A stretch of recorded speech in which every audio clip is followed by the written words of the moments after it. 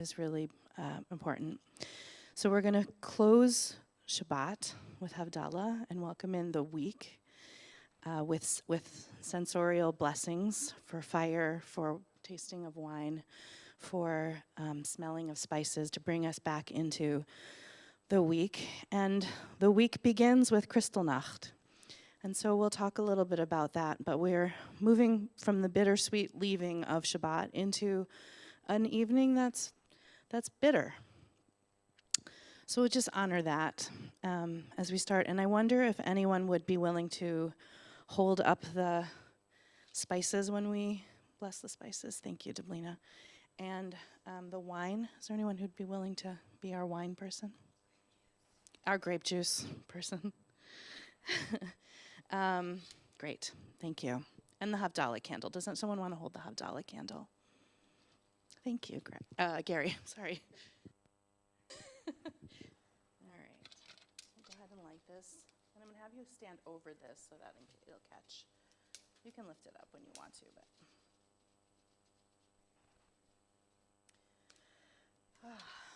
So let's just take a moment to breathe and presence the ending to the beginning, the liminal space between what is here and what we're moving towards.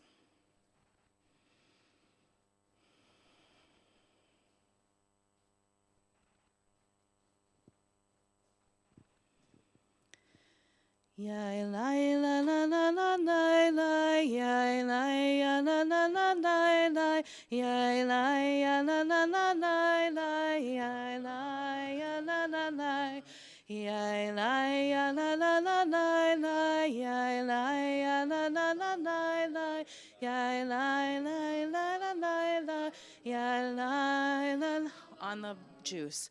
Baruch atah Adonai Eloheinu melech haolam borei peri hagafen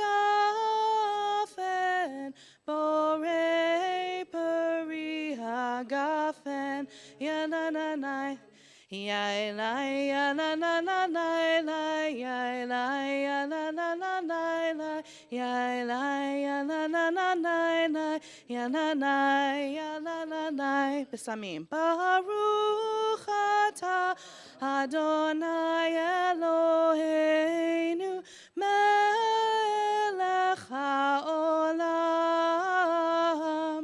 borei minei besamim. Borei minei besamim, ya la la la, ya la ya la la la la la, ya la ya la la la la la, ya la ya la la la la la, ya la la ya la la. Ha'esh. Baruch atah Adonai. Will you hold it up? Elohe, hold it up. Ru'elech haolam borei morei ha'esh borei morei ha'esh ya la la la ya la ya la la la la. Thank you. Ya la ya la la la la la, ya la ya la la la la, ya ya la la ya la la la.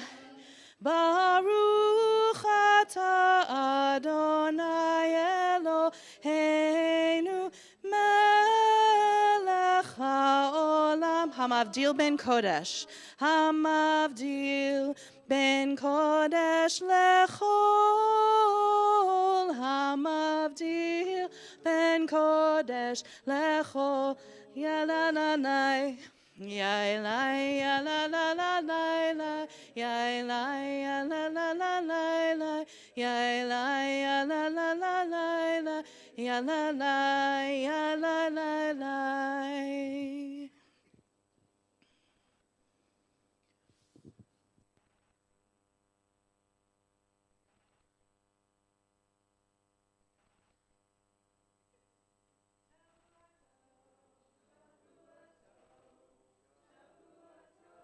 Shavuato, Shavua Tov, Shavua Tov, Shavua Tov, Shavua Tov.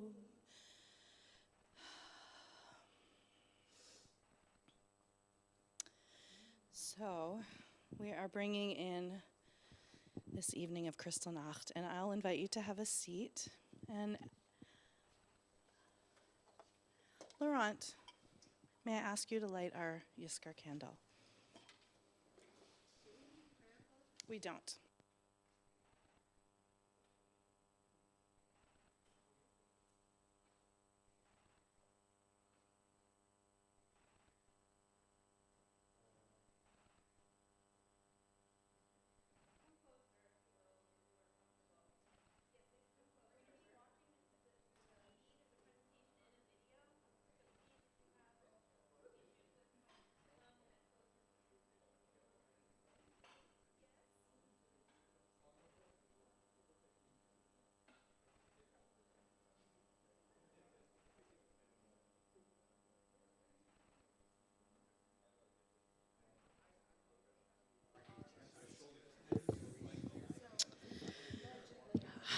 All right.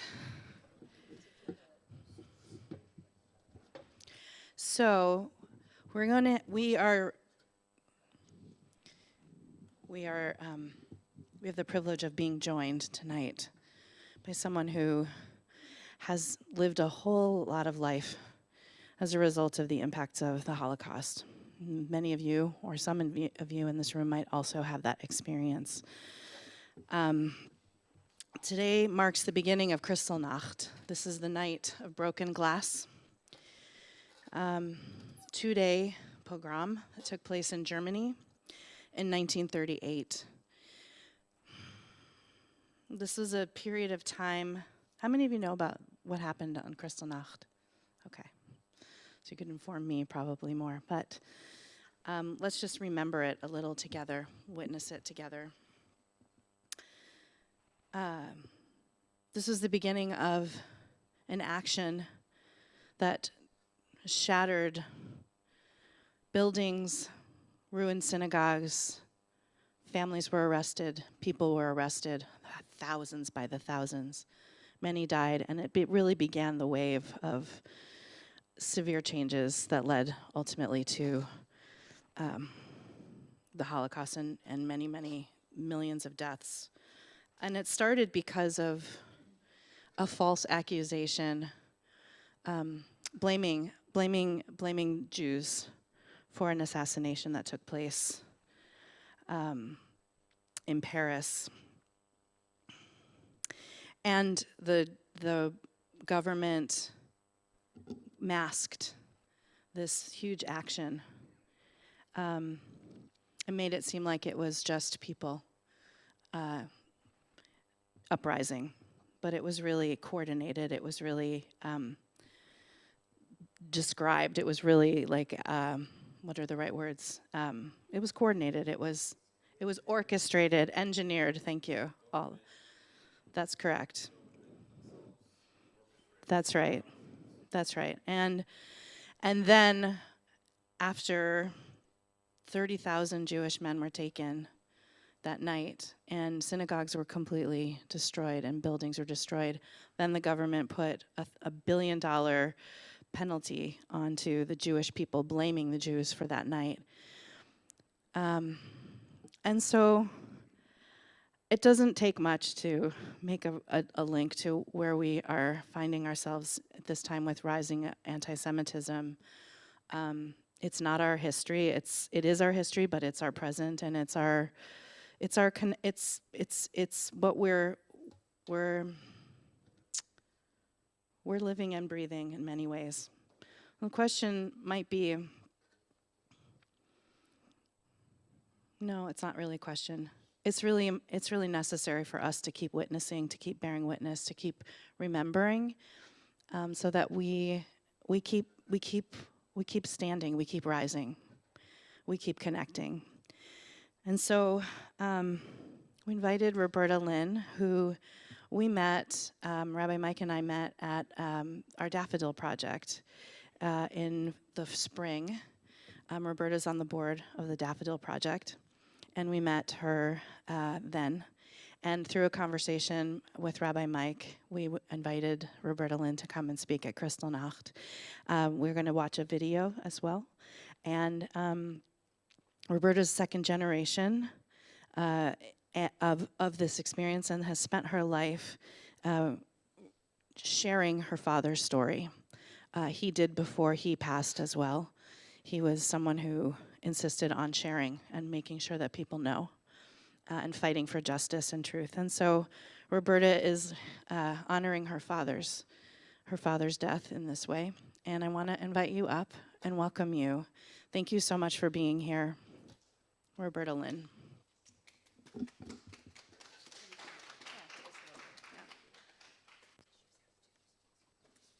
And just to add one thing to what Rebecca was saying, I'll be telling his story. All the Holocaust survivors wanted us to share their stories. But what is really important is that the next generation tell the story. So my young cousin, Kadem, is here, and it's up to her generation to also tell these stories, because that's what never again means. It also means never forget and continue to tell the stories. Okay?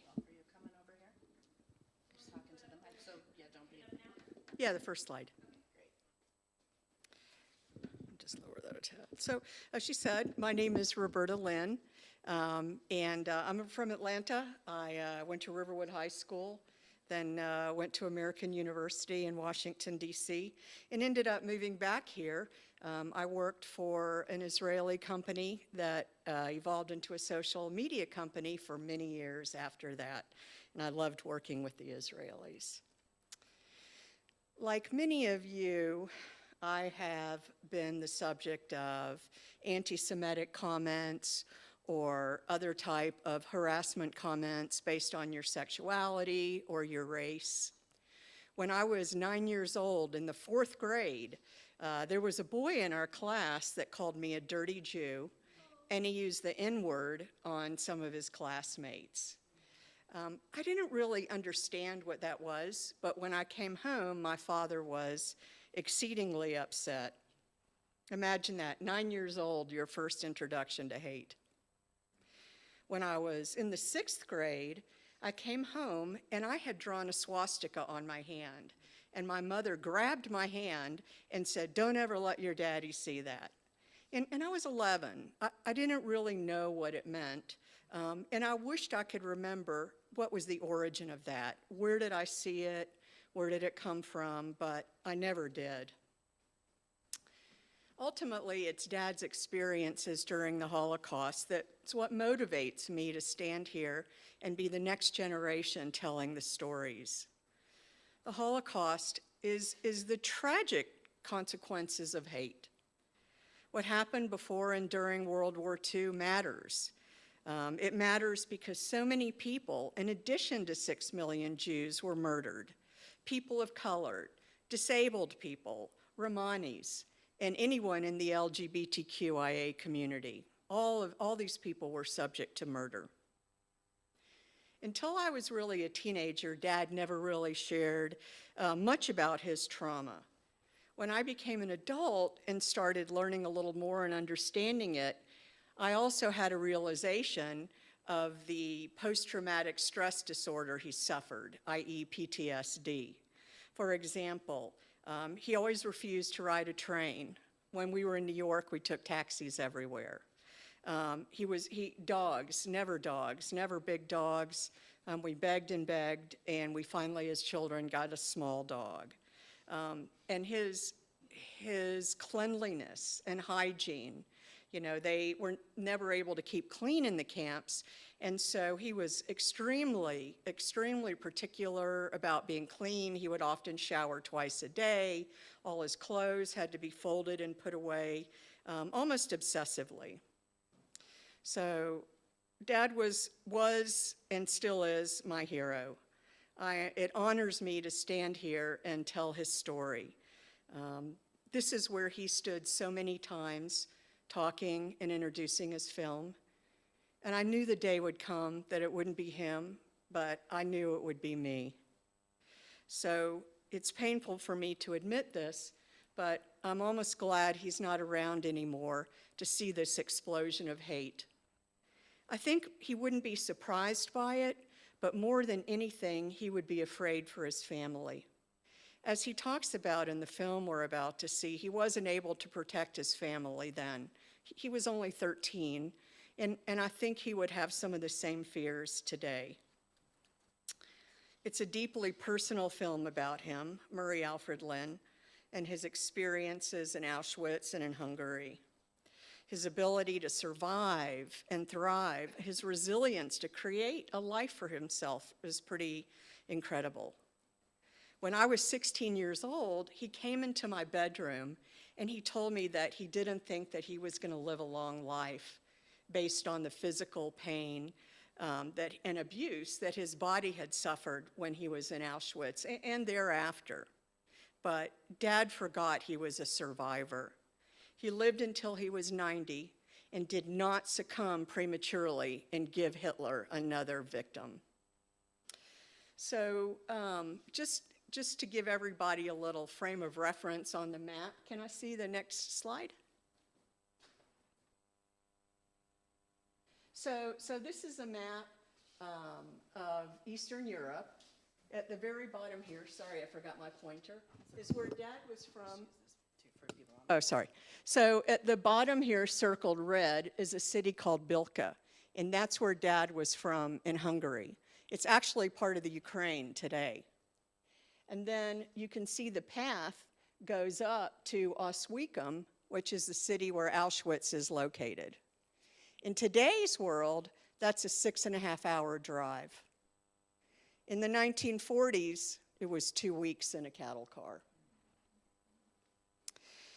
So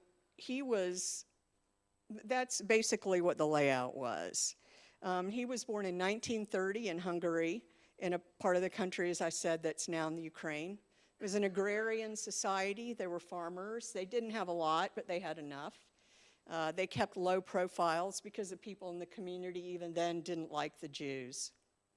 But by the late 1930s, Hungary aligned itself with Germany and their lives changed drastically.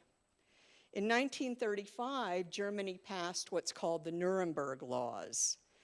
And what's scary about the Nuremberg Laws is their origins were based on the Jim Crow laws in the United States. The Nazis studied the Jim Crow laws to create a basis for segregating the Jews from everything, from everyday life. They couldn't associate with non-Jews. So many of them lost their jobs. They certainly couldn't marry a non-Jew. And they continued further, but the start was the Nuremberg Laws. In 1944, Dad, his mother, and his 3 brothers were taken away, and they were transported in cattle cars to Auschwitz. As he'll tell you, his mother and brothers were gassed literally within an hour of arriving in Auschwitz. It was that fast. Over the next year, Dad fought for survival.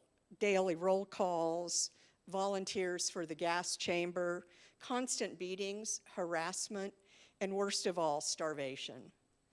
Dad was almost 6 feet tall, and he weighed about 60 pounds in 1945. Can you show me the next slide? So before we look at the film, I want to show something else with you. This is called the Pyramid of Hate, created by the Anti-Defamation League. And just to give you a tad of background about the Anti-Defamation League, the Anti-Defamation League was created in the early 1900s as a result of the lynching and murder of Leo Frank. Leo Frank was a Jewish man who was accused of murdering a young girl, which he did not.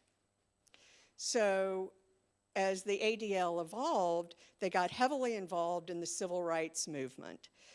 They filed a paper in support of school desegregation called Brown versus the Board of Education. Fast forward to today, and the ADL actively monitors and tracks events of extremism, hate, and violence, as well as lobbying against voter suppression. They also work with GLAAD, tracking anti-LGBT hate and extremism in the US.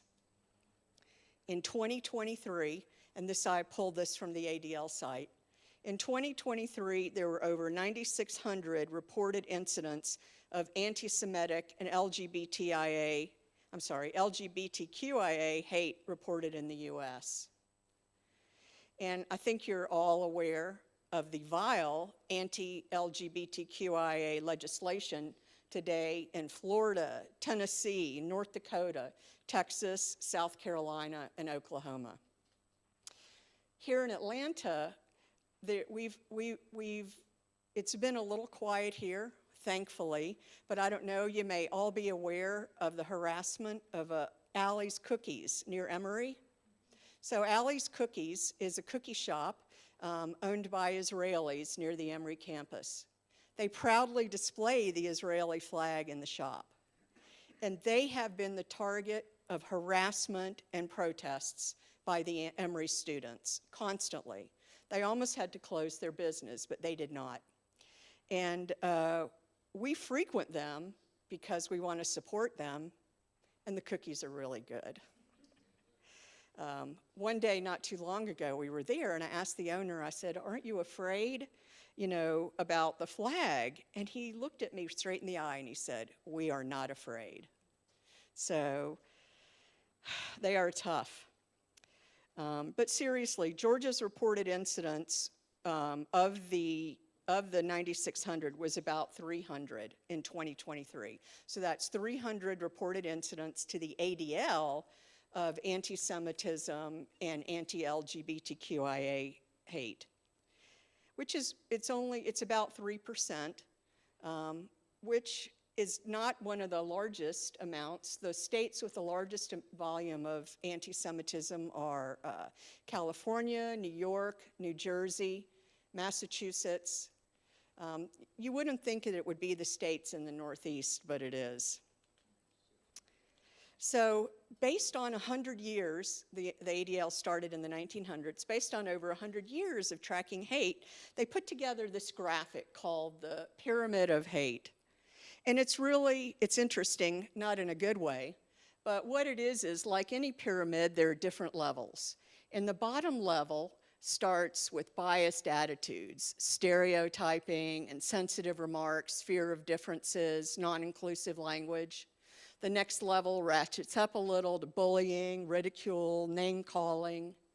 The third level is discrimination, economic discrimination, systemic discrimination, housing discrimination. And then the top two levels are violence, bias-motivated violence, murder, rape, assault, and then the top level being genocide. The scary thing is that when each level becomes normalized or accepted in society, it enables the next level. So I don't think anybody here would argue that we're right now at the orange level, bias-motivated violence. It's a very scary place to be. And this pyramid of hate is applicable to any race or any marginalized group of people. So it's very important. But tonight, on the eve of Kristallnacht, I'm here to share Dad's story about the Holocaust and, again, the tragic consequences of hate. So this film we're getting ready to watch, I'm sure many of you have seen Holocaust films before. It's not an easy film to watch, but Dad gave his testament and we promised him that we would continue to share the story. One more comment about the film. It's narrated by Andrew Young. So Andrew Young, he was heavily involved in the civil rights movement with Martin Luther King. He became the ambassador of the US, and he continued to be involved in the civil rights movement. He was also with Dr. King in 1968 when he was assassinated at the Lorraine Motel in Memphis. So it was really quite an honor to have him narrate this film. So let's go ahead and Emily, if you want to roll the film.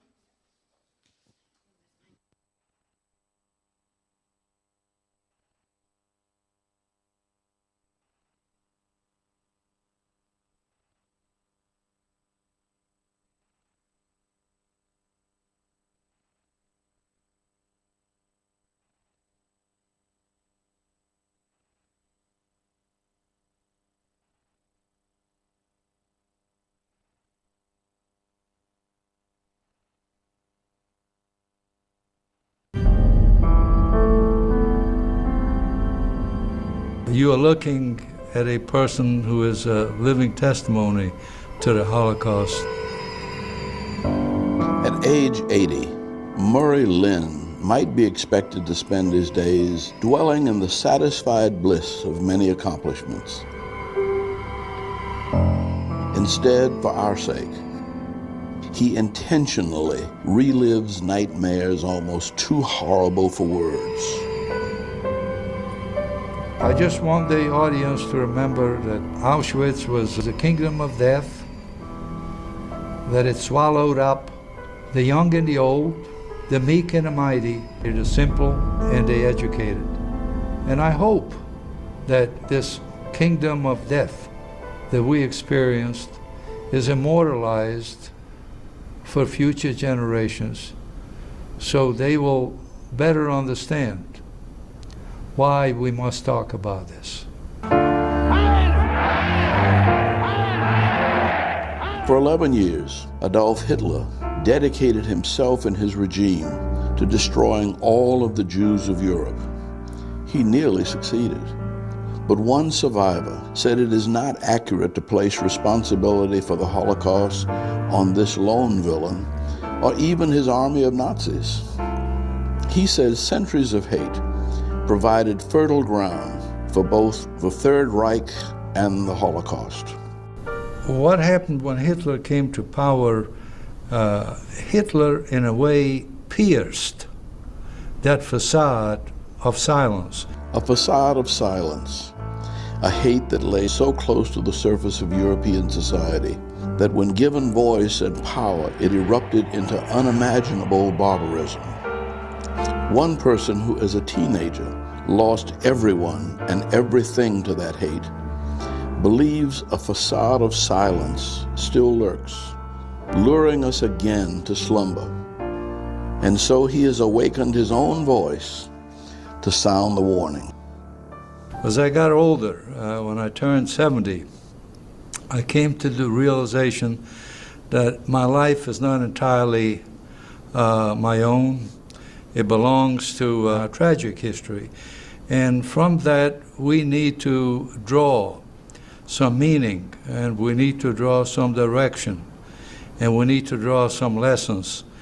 But most of all, we want to send a message to the world for them to remember the consequences of silence, the consequences of hatred. Every survivor of the Holocaust provides a unique and personal perspective. As you will learn, Murray Lynn survived not just the camp that slaughtered 1.5 million people, but a terrible trauma prior to his deportation to Auschwitz. But despite all the terror and loss he endured, Murray Lynn not only held on to his life, but also to his humanity. We all have certain attributes, and I think the greatest attribute that I have is I cannot nurture hatred.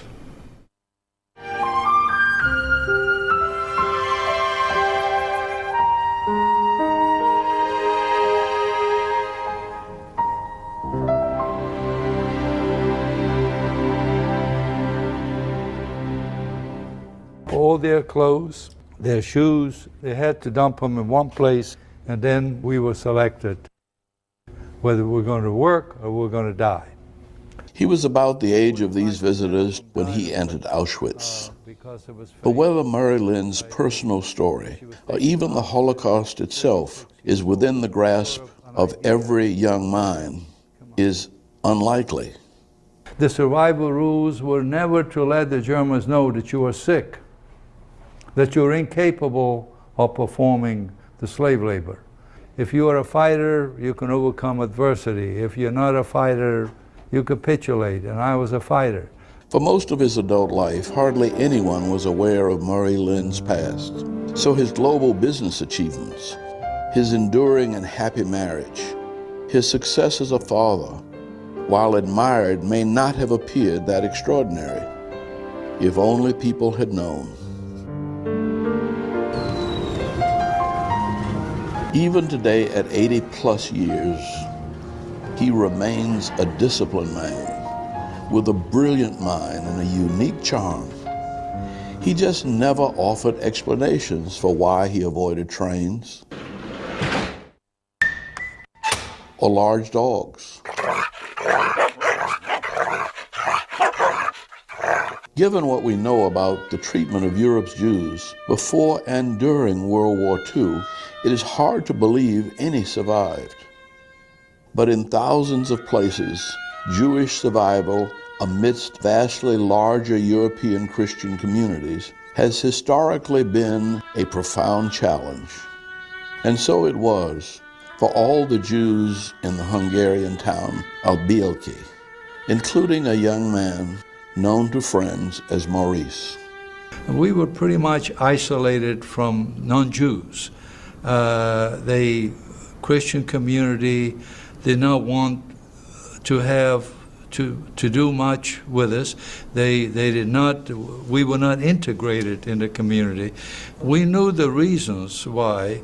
It goes back 1,800 years. The church, for many, many years, had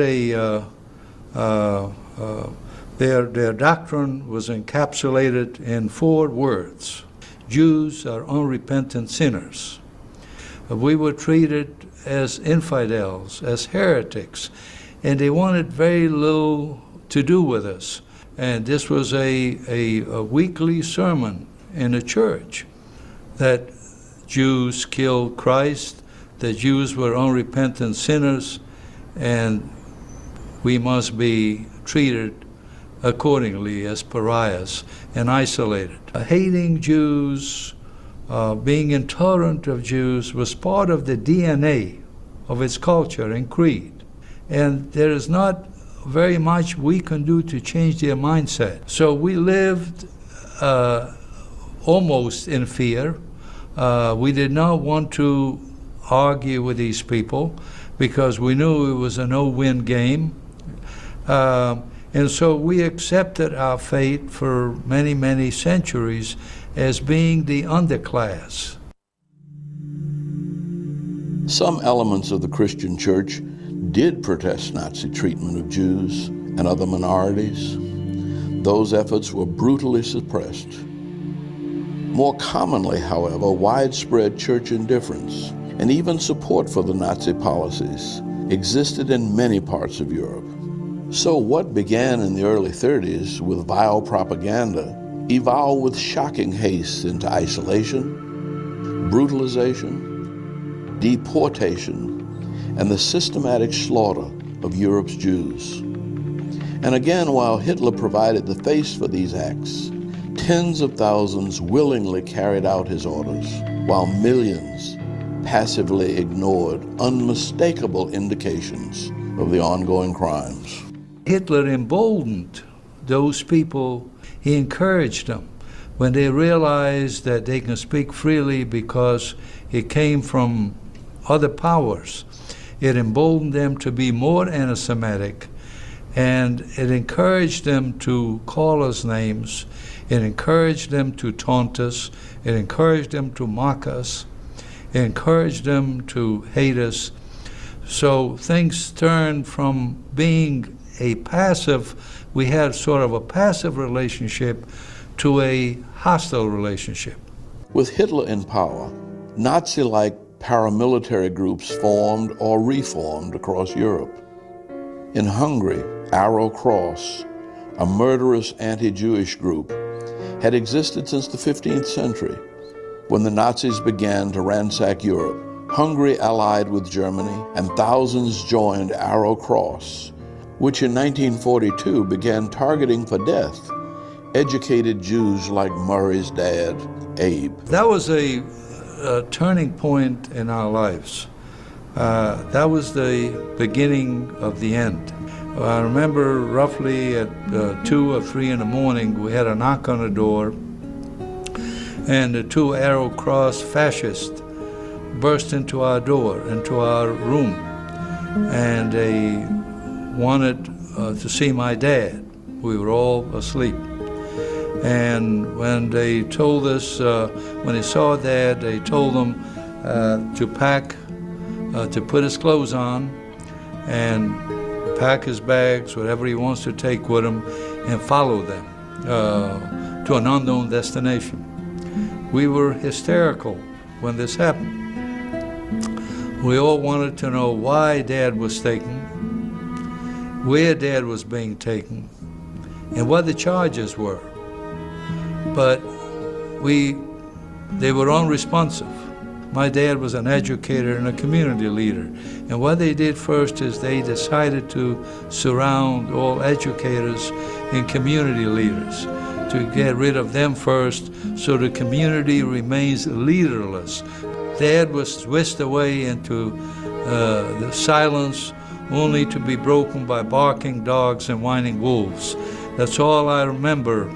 2 weeks later, we heard that Dad and roughly 15 other community leaders were marched to the Carpathian Mountains and forced to dig their own mass grave. And then they were all executed. This changed our lives forever.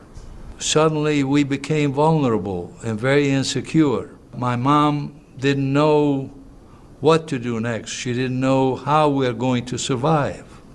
And how did Murray's non-Jewish neighbors and classmates react to the executions? My impression is that they were glad because we were outsiders. They told us that we did not belong there in that community. We were treated as strangers. And if they took away another Jew or killed another Jew, it was a relief to many of them because it's one Jew less left in the community. I don't believe, knowing the mindset of those people in those days, I don't believe they cared. Murray's famously lovely mother, Regina, was suddenly very vulnerable. As the oldest of 4 sons, Murray tried to protect her. But just 13, he was no match for the armed fascist. I've only spoken about this 2 or 3 times in 60 years because it's too painful and I have a difficult time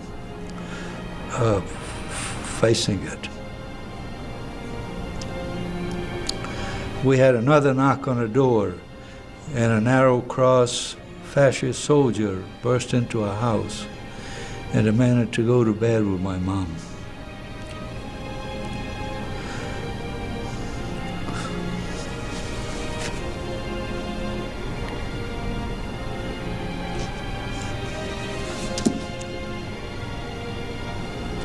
I resisted it, and he took out a gun. And he says, if you don't stop it, he says, you'll be dead, and no one will care. My mom told me to stop it, and I did.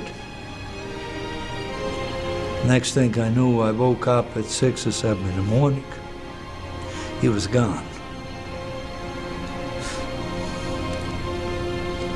My mom was never the same.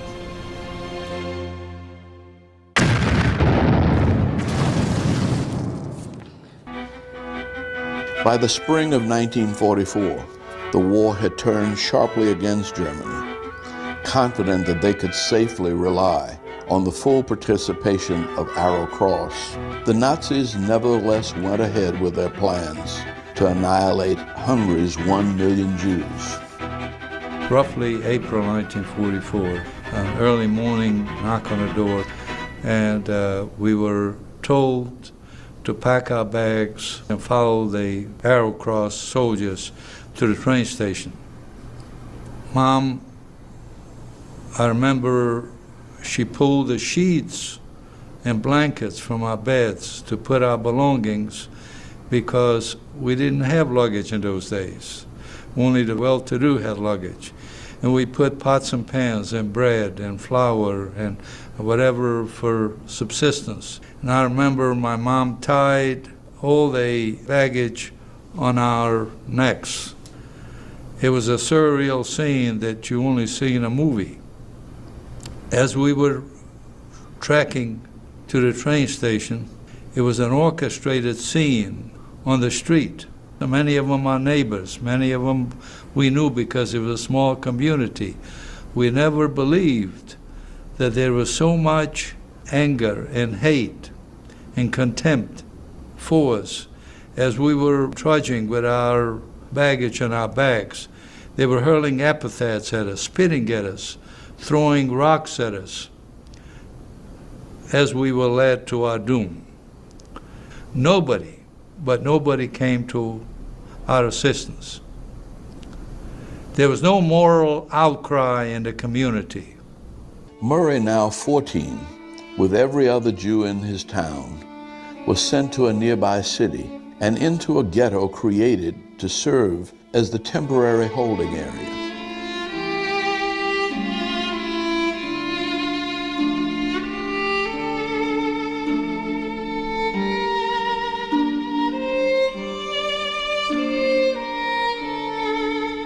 A few days later, Murray, his mother, and 3 brothers were shoved into an airless cattle car. For 72 hours, the train crept toward the death camp just across Hungary's border with Poland, Auschwitz. Unfathomable. People in the cattle cars were wailing and crying and praying for salvation. We had no food and no sanitation facilities. People had to relieve themselves in their clothes. There were no sanitation. For 3 days, we suffered this dehumanizing experience. The cattle car smelled like a sewage plant. It was unbearable. Many older people died. The sick people died. When we got to Auschwitz, I don't remember how many people we took out of the cattle car dead. Oblivious even of where or what Auschwitz was, most of Murray's group was designated for a same-day execution. The door jerked open, and all of a sudden we were surrounded by the Sonderkommando, which were Jewish prisoners helping us unload, and they helped the Gestapo with various chores, and surrounded also by the Gestapo. And they started shouting at us in German to put their clothes in a certain area and to line up.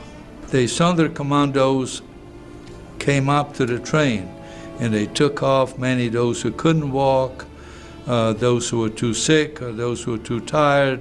The very first thing we saw were the smoke-belching chimneys and the smell of flesh, and we knew immediately that something is going on here, but we had no idea. These are Auschwitz photos of Hungarian Jews taken in early May of 1944, the very week Murray and his entire community arrived. It seemed that even those who feared the worst tried to remain as calm as possible and to comfort the children. The young kids were less affected. We were more resilient than the older people. We didn't think as far, as deep as some of the older people. Mom was very reassuring. She was very positive person. I remember she would tell us, "Don't worry, I'm behind you, I'm with you, everything is going to be all right, don't worry about it, we'll all make it. Well, just let's pray to the heavens." And she gave us peace and solace to the very last moment.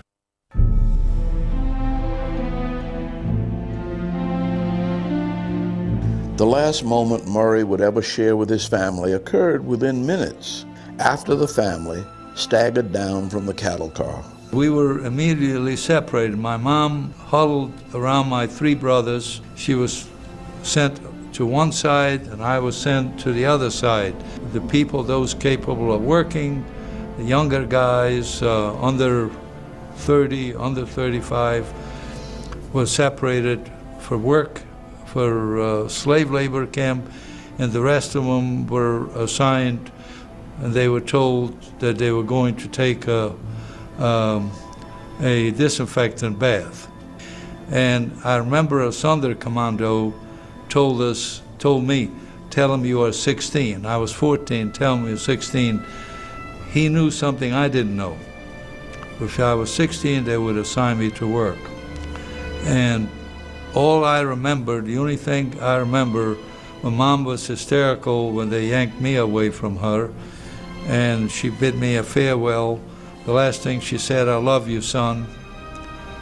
I hope to see you again." And that was the last time I saw my mom and my 3 brothers. I was assigned a striped suit. My number was 83,000. And I asked one of the prisoners, "Would you by any chance know where my mom and 3 brothers went?" And he paused for a minute or two and didn't know what to tell me, didn't know whether he should tell me or not. He asked me to come out of the barracks, says, "Come on out, I'll show you where they are." And for a moment I was relieved. He takes me out of the barrack and then points to the chimney. That's where they are. This was roughly an hour after we were separated. This is how swiftly death came to these people.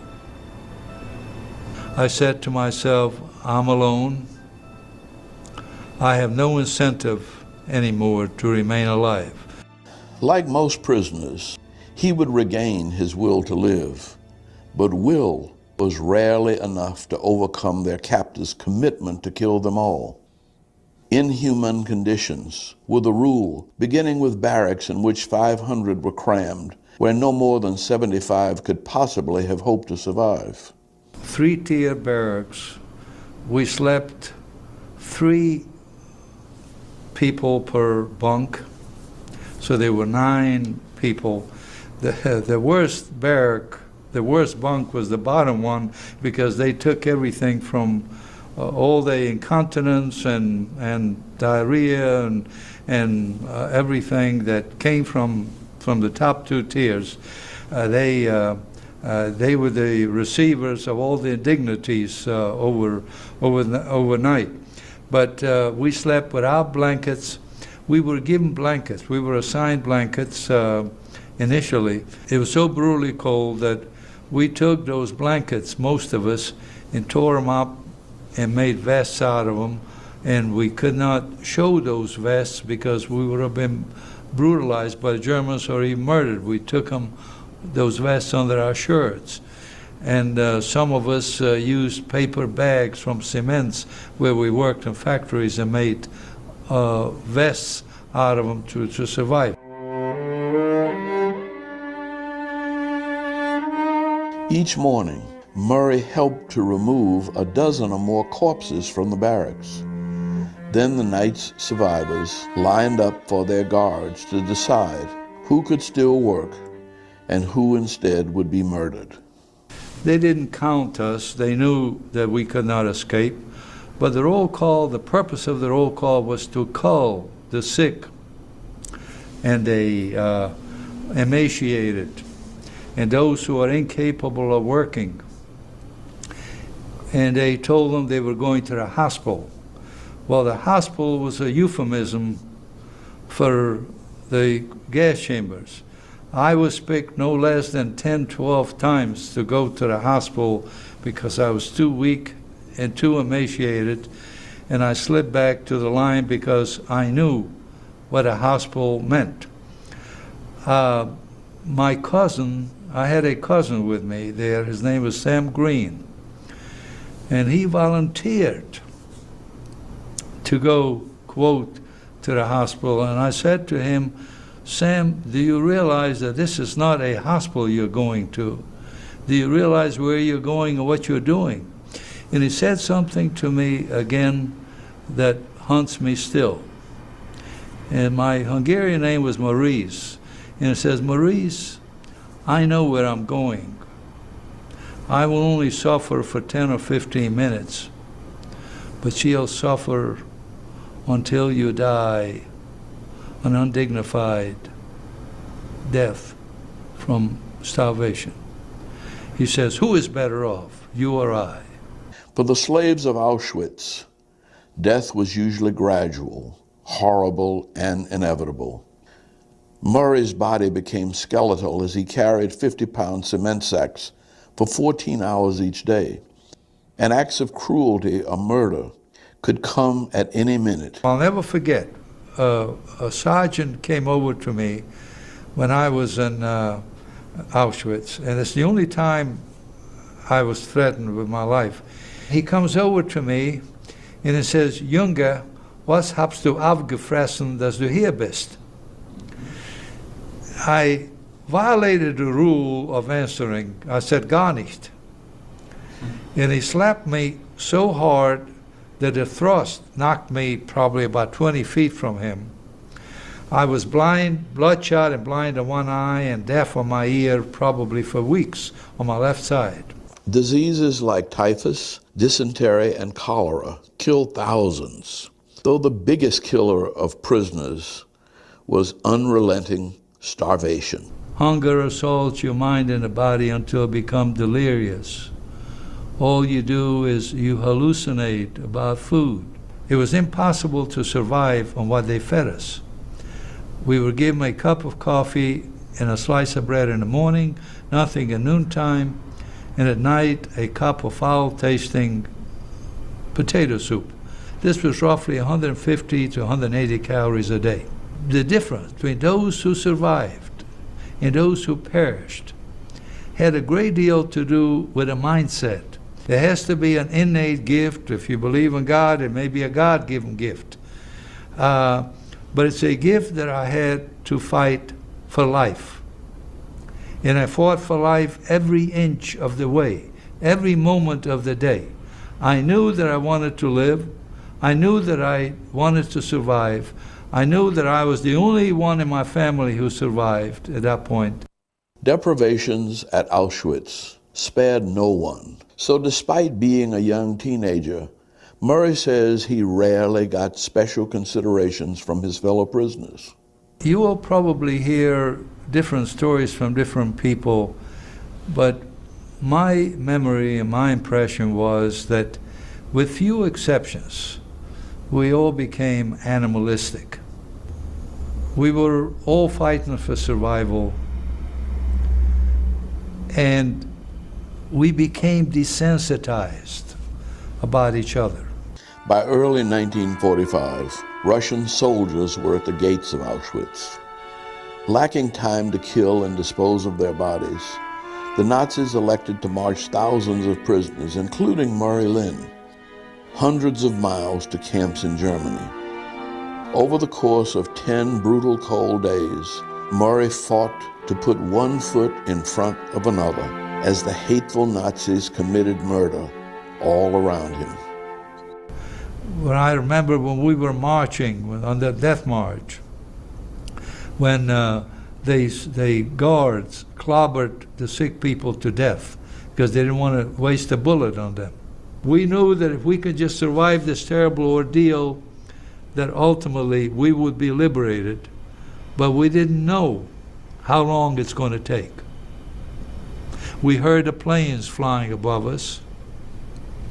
We knew that it's close, but we didn't know if we can survive long enough to see the daylight. It was an abyss of the worst kind. When I was liberated, I weighed roughly 60, 62 pounds, something like that. I was semi-comatose condition. I could not walk. My mind was barely functioning, and I was taken to the hospital, and I was fed intravenously for 2 weeks, which I was lucky because those of us who ate, who had access to too much food, died. Hundreds of them died because they overate. Their bodies could not absorb the food. As soon as he could walk, Murray joined Europe's massive refugee population. He managed to stay alive for the months it took him to walk back to what had been his Hungarian home. This is the same path that I took home roughly 15 months later, where an orchestrated gang of people were lining up the street taunting us. Here I'm walking home on a dark evening by myself with nothing in my hands. And what is cascading through my mind is, what am I going to do next if no one is home? What am I going to do if somebody is home? And when I finally got to our home, I knocked on the door, and a stranger opened the door, a hostile stranger. And he shouts at me, he said, "I thought you were all dead." I didn't remember him, but he knew me. And instinctively, I said to him, "I'm the ghost." The Holocaust, Murray discovered, had made ghosts of virtually every Jew but himself, and he had no protection from hostile townspeople. Plus, now he had a new enemy, Stalinist communism, that was sweeping into Hungary and elsewhere and often arresting Holocaust survivors. Meanwhile, many Jews had decided to board ships for Israel, despite the inevitability of a war with its Arab neighbors. Murray, however, went to Ireland when a Jewish benefactor offered to transport him and other Jewish orphans for schooling in an old castle there. Less than a year later, the Irish government expelled them all for being Jewish. Some of us would have stayed in Ireland. There were 2 or 3 families that wanted to adopt me in Ireland, Jewish families. I was a good-looking kid, and I was a charismatic kid, more so than I was now. I was full of spirit. And I had 2 or 3 offers to be adopted by wealthy families. And they wouldn't let me stay. 5 decades later, Murray would return to Ireland with his best friend from his castle stay. The government extended them an apology for having forced the Jewish orphans to find another home in another country. That home for Murray turned out to be the United States, which welcomed him in 1949. Now, by almost any measure, he has achieved enormous success, by any measure but his own. I'm happy with my children's success. I'm happy with my wife, my acquisitions in life, but I'm not happy with myself. There's a big difference. Because material things don't mean, I'm not a ostentatious guy. I'm not a grandstander. I'm not a guy that has to do something to impress people. That's against my nature, against my personality. So these things mean less to me than the ordinary person. This is why I said I never made it to the finish line, because of the personal void in my life. Not family void, but my void as a result of losing my parents young, of not having the love of my parents, not having the embrace, not having the security of my parents, not knowing how my life would have ended had this monster not intervened in our lives. This is why I have a void, and this is why I will always feel to the very end that I never made it to the finish line. My circle is not complete in that respect. A few years ago, Murray Lynn returned with family members to Auschwitz, where he read a deeply personal letter composed to his mother. Here's a small excerpt. Mom, this vile and dehumanizing kingdom of genocide is now a historical bulwark against future barbarians. We are united in our resolve to never let that happen again. Your martyrdom was not in vain. We have solemnly pledged to never let the world forget our suffering, nor the abysmal fall of humanity. That legacy continues to provide us lessons and warnings. One came in the spring of 2010, when the sign at the Auschwitz gate was stolen by Polish neo-Nazis. And the day after their visit to the extermination camp, the spirit of the Lynn family was terribly wounded back in his native Hungary. As we are walking the streets in Budapest, a car pulls over next to us, and a young man jumps out of the car. He must have been in the early 20s, and raises his arm and he says, "Heil Hitler." And jumps back in the car. And my daughter was with me at that time. And I said to my daughter many times when she was young, don't forget who you are, because if you do, someday someone is going to remind you. To remind you. In the end, that's what Holocaust survivors like Murray Lynn say they feel compelled to do.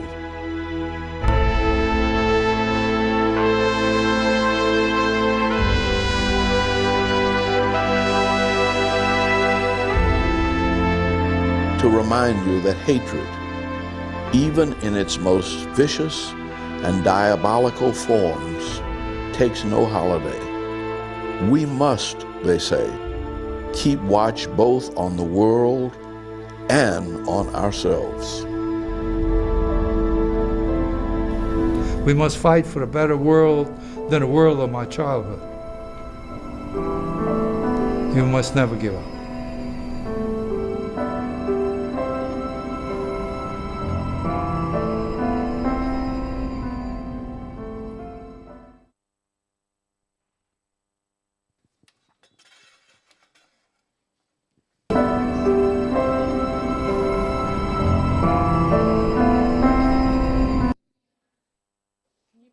The next slide, Emily.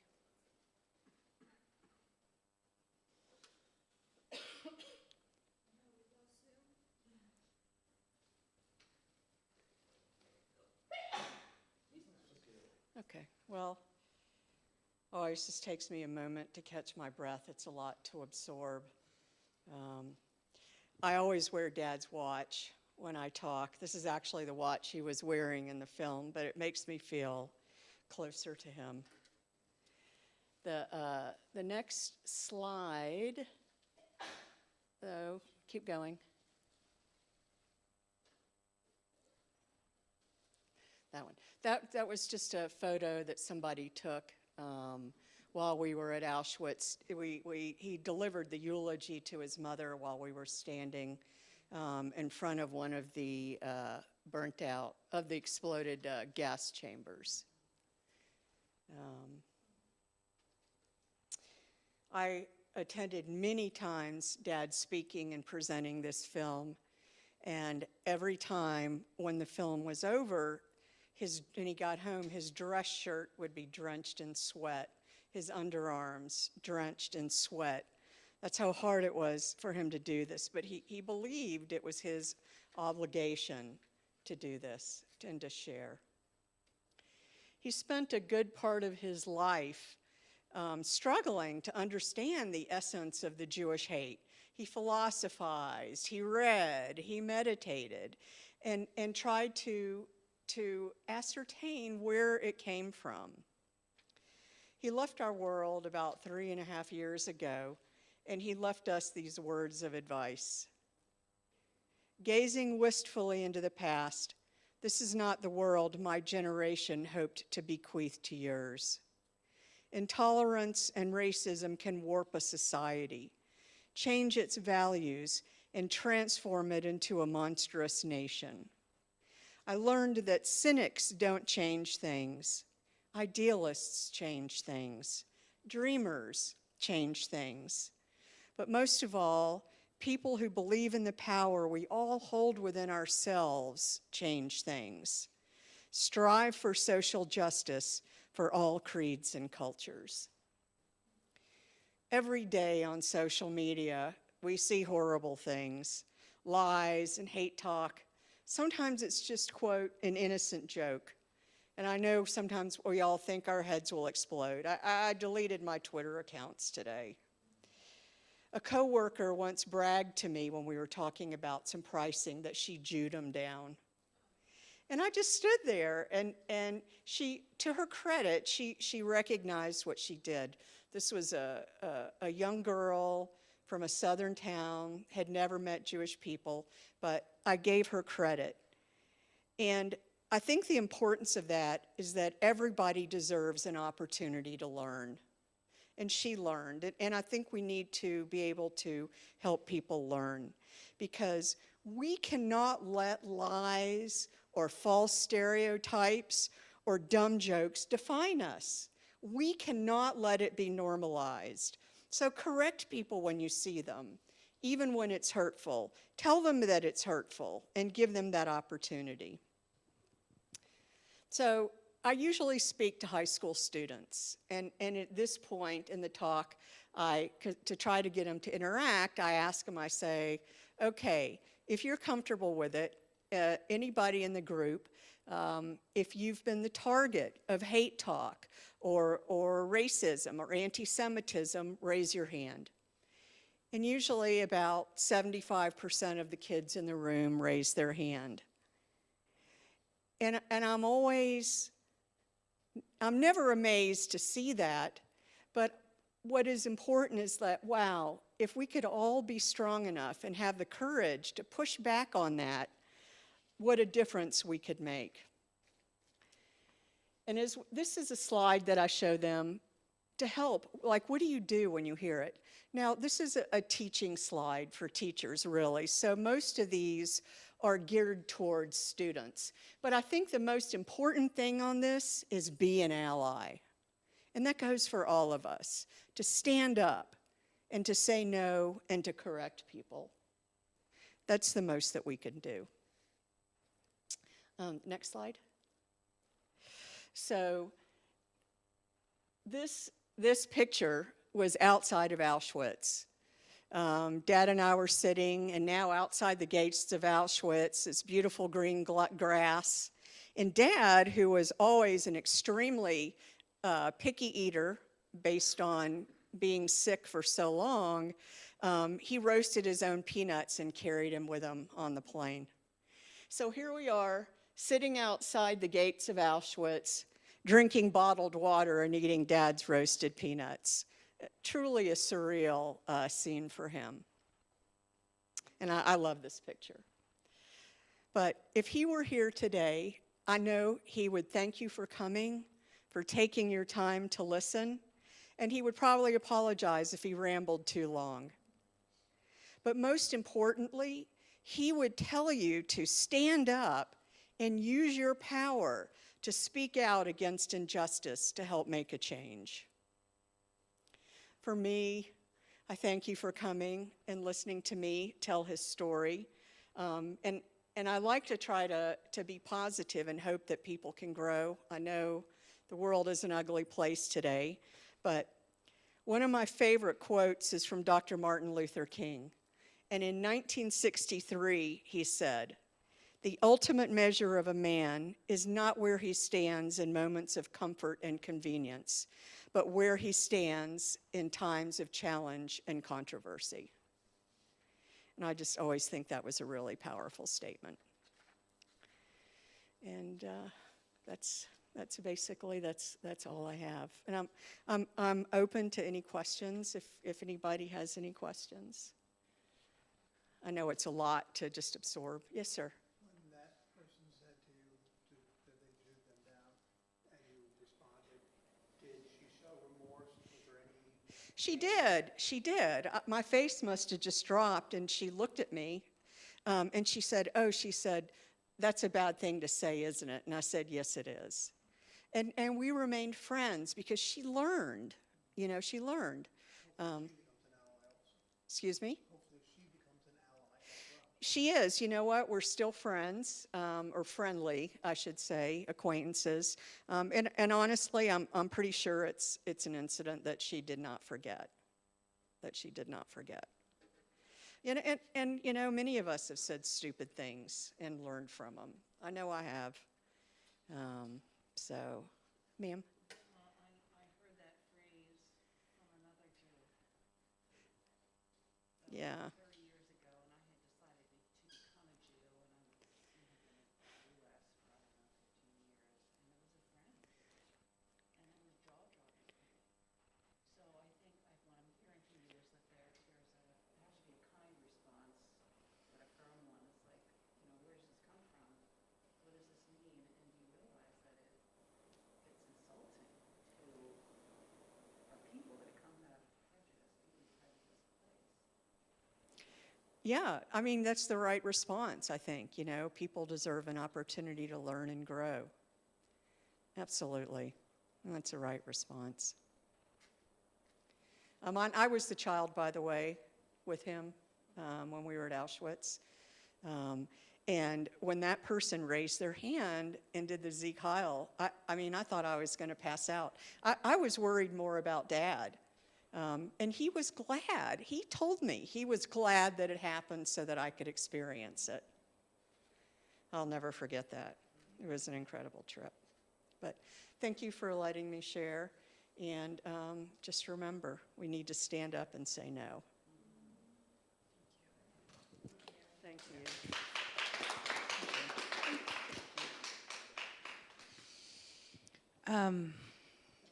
That's a hard thing. I'm just thinking about your father and giving the experience that he lived through, and then to decide to tell it over and over again, and as many of the survivors did, like what that takes. And that's a thing that I find deep inspiration about when I feel myself a little bit small and not courageous, succumbing to fear, that I think there are people who have made really strong decisions to show up despite it all, who have survived, who have found ways, and so that I can walk in their footsteps. So I honor your father. Yeah. I want to let you know that that Laurent, a member of our community, also has something to speak to with his family as well. So we've invited him to come and speak. You feeling okay about doing that? Thanks. So thank you for that terrific presentation, that talk. Sorry. Okay. No, that's all right. It was interesting. Sorry, I have some notes on my phone. You know, in some ways, hearing about your dad, who had a very hard time speaking about this. My father never spoke to me about his experience. He had recorded a testimony for the Shoah Foundation and told me he had recorded it, but couldn't tell me what the contents, right? He couldn't bring himself to speak about it. And I remember, all kinds of little things, you know, I remember as a kid, I don't know, 8, 10 years old, asking him something about commemorating Holocaust Remembrance Day, because I knew he was a survivor, and my mother as well, and just totally shutting me down and saying, no, I live with this every day. I don't need a day to remember this, right? It's, you know, it's very, very closed off. And also very neat, very particular about food, a lot of these things. So thank you for that, and I guess I'm impressed that your dad would be so open as to share that on film. The other thing I thought of, and Rebecca, you mentioned that Kristallnacht, this day that we're commemorating, was, you know, created and fomented based on this false accusation. I think it's also really important, and I know you know this, that it didn't happen in a vacuum, right? It was a sequence of events that allowed that to happen. So I rewatched part of my dad's testimony today and took some notes. So my father his name was Henry Adler, or he was actually Hans when he was a child in Germany. He was born in Berlin, and he was Hans, and when he came to this country, he changed his name to Henry. So he was born November 1st, 1930, in Berlin. He had what he described a pretty ordinary middle-class life with his parents in Berlin. He describes a third-floor apartments, homes on one side, some businesses on the other side of the street. You know, in the interview, he talks a lot about how there is this creeping anti-Semitism, and so he remembers the Nuremberg laws, right, in 1935, the increased number of swastikas he saw, the being harassed in the streets, his favorite playground being closed to him. There was a big sign, you know, Jews and dogs are prohibited, right? He talked about how when he was still permitted to go to school, they went, it sounds like, under some train tracks, and he would always go with a bunch of kids because they were afraid that's the place where the Hitler Youth would get you, you know, stuff like that. He talked about fear and also a lot of deprivation. They couldn't get food very often. There was no coal to heat the home. There's very, very little available to them. He also remembered, to their credit, some really good people. So they lived in an apartment building on the 3rd floor, and there was a woman down the hall who would occasionally secretly pass them some food, but only when her husband, an SS officer, was out on deployment, right? And then when he was home, you know, no one made eye contact with anyone, right? It was one of these very, you know, both inspirational, right? Like we can all do things to help people, but also, so I watched in particular when he talks about Kristallnacht. So he describes having heard noise in the street. You know, it was a riot, right? And so hearing lots of broken glass and yelling and screaming, and no one knew really what it was, and they were all too frightened to go out of the house because nothing good happening, yeah. And the next day, his father went out to see what had happened, and he was picked up and arrested, and he was gone. So that was my grandfather, Jacob, who, you know, lived long enough for me to know him. He died when I was 10 years old. And it was obviously really frightening, and during that period, apparently more people would stop by the house, bring some food, provide some support to my grandmother, Mary, who I never met. She passed away before I was born. And then somehow they learned that he was coming home, right? He would be released from the concentration camp where he was held. He was held just outside of Berlin. And my father tells a story of him and his older brother and his mother sitting by the window to watch, you know, one of these guys walking down the street is going to be my dad. And one of the people they saw, they couldn't decide if it was him or not, right? They saw someone, it kind of looks like Dad, but he had lost all his hair. He had lost about 30 pounds. And this was, say he was arrested, so it's, you know, early November. He came home December 16th, so the day before his birthday on December 17th. That's how my father remembered it. And he was unrecognizable to them. And he was, you know, never the same either. There's a lot. There's 2 hours of testimony, and I'm certainly not going to go over all of it. But he recalls his older brother being arrested several times and being made to work even before they were deported from Berlin at a light bulb factory, right? So his older brother I remember my uncle Gerald, a big beefy guy, yeah? And so he was Gerhardt's, and, you know, my dad looked up to him because he was his older brother, and he'd just disappear for weeks at a time, made to work for Osram, who was, you know, what Westinghouse is in the United States was Osram. And he was forced to make light bulbs and work on various different things. Then sure enough, when my dad was 12, they were deported.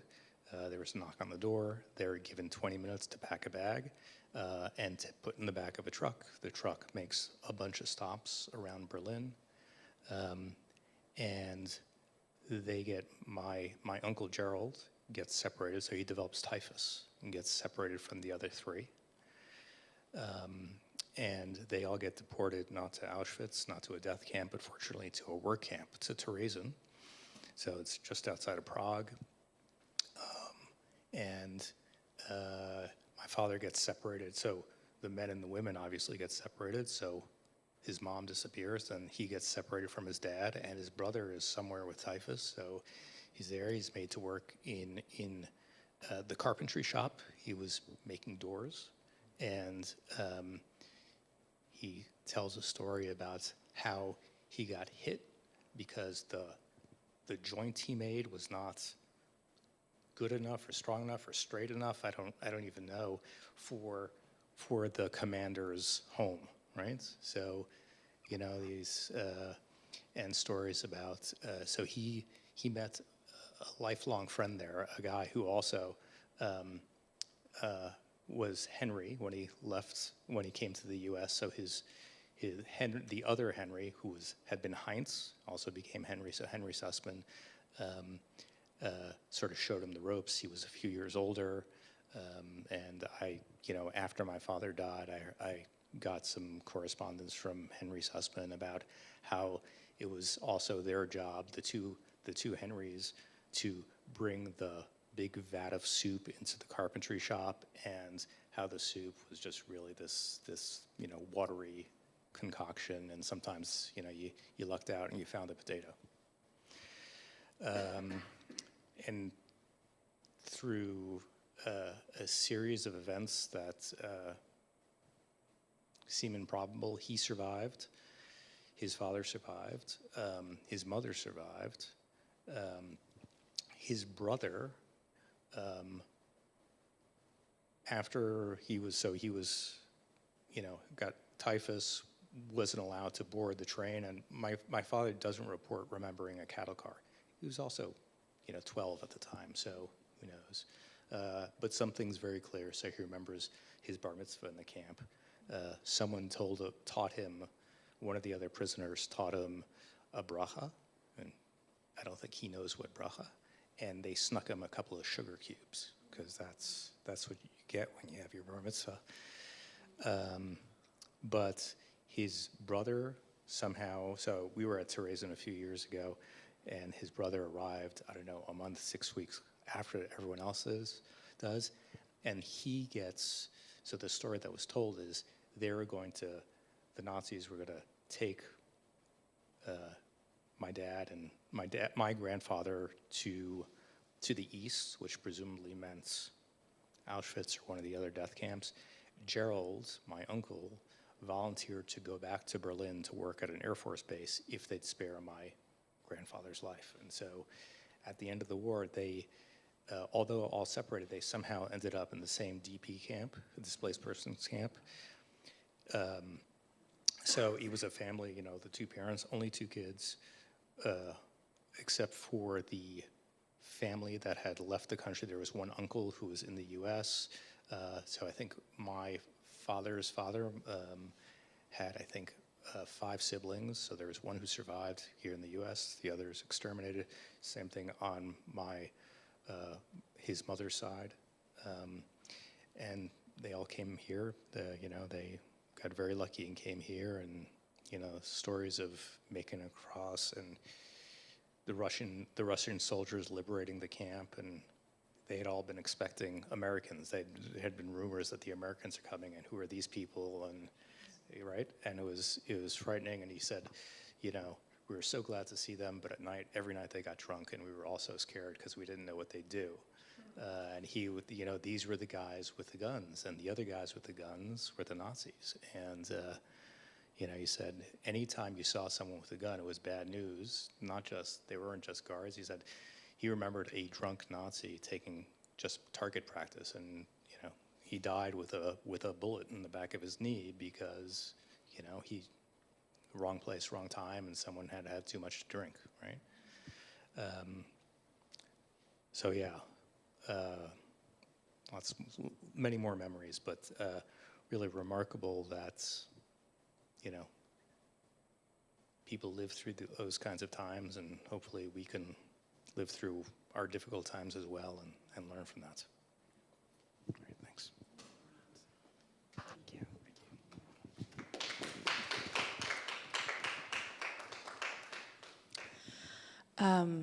I'd like to ask us to say the Mourner's Kaddish. So I don't know if anyone would like to needs a siddur. But I'd like us to take a moment and rise for all of the people who lost their lives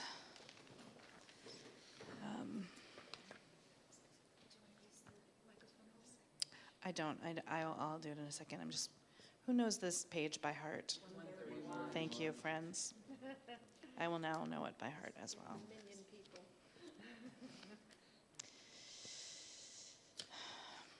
Today is also my father's yard site, Felix Glickstein, and my stepfather's yard site, Louis Haas. Felix Glickstein and Louis Haas. Is there Charlotte Karras, Dana Dame, Harriet Gold, Marion Shue, J. Wayne Bauman, Elaine Wolpe, and for Henry, and for Murray. Yitgadal v'yitkadash shemei rabbah, be'alma divra chirutei ve'yamlich malchutei, b'chayei uvyomei uv'chayei dechol beit Yisrael, ba'agala uvizman kariv ve'imru, amen. Yehei shmei rabbah mevarach le'olam ul'almei almaya, yitbarach v'yishtabach v'yitpa'ar v'yitramam v'yitnaseh, v'yithadar v'yitale v'yithalal shmei dekudesha brichu, le'ela min kol birchata v'shirata, tushbechata v'nechemata, da'amiran be'alma v'imru, amen. Yehei shlama rabba min shemaya, v'chayim aleinu ve'al kol Yisrael, ve'imru, amen. Oseh shalom bimromav, hu ya'aseh shalom, aleinu ve'al kol Yisrael, ve'al kol yoshvei tevel, ve'imru, amen. May their memories be a blessing. And I just want to offer this as a prayer, memorial prayer by Alden Salavi. Creator of all, source and shelter, grant a perfect rest under your tabernacle of peace to those who perished in the Holocaust, our fathers and mothers, our sisters and brothers, our rabbis and teachers, our neighbors and children, the named and the unnamed, whose lives were cut off by brutal, vicious, cunning, and calculated violence. May they find peace in the world to come. Remember the survivors who have since passed away, and the virtues of our people who've died at the hand of malice in every generation. We remember the works of their hands and the messages of their hearts. Bless the righteous of all nations who provide protection, shelter, and comfort to the Jewish people and others. Let their deeds be a source of favor in heaven and healing on earth. Put an end to anger, hatred, and fear, and lead us to a time when no one will suffer at the hand of another, speedily and in our days. May the memories of all who faced these horrors be sanctified with joy and love. May their souls be bound up in the bond of life, a living blessing in our midst. Amen. So we leave with heavy, heavy hearts, but we bear witness, and that's not nothing. So I invite you to just feel the feelings that you're feeling, to feel the fullness, the weight of what we hear and what we witness. Also, I'll invite you to take a couple of deep breaths, because we are alive. We do have this whole body here. And feel your feet on the ground. Squeeze your toes. And take another breath.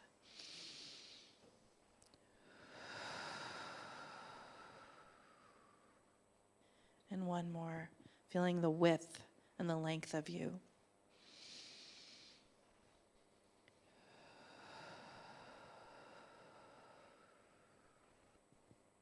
Thank you so much, Roberta. Thank you so much, Laurent. Thank you, everyone, for being here tonight.